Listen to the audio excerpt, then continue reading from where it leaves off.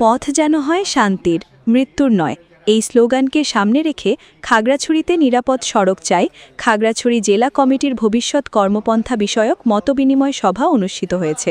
খাগড়াছড়ি থেকে বিপ্লব তালুকদারের প্রতিবেদনে দেখুন বিস্তারিত। মঙ্গলবার বিকেলে Khagrachhari red crescent unit conference রুমে এই মতবিনিময় সভা অনুষ্ঠিত হয়।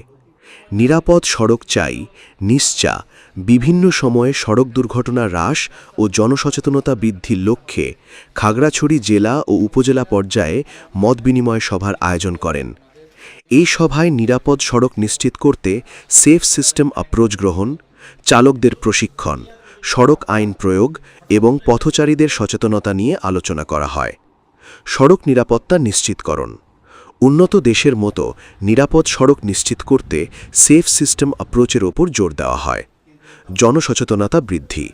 সড়ক দুর্ঘটনা মুক্ত সমাজ গড়তে নিশ্চার খাগড়াছড়ি জেলা কমিটি স্থানীয় পর্যায়ে আলোচনা ও সচেতনতামূলক কার্যক্রম পরিচালনা করেন।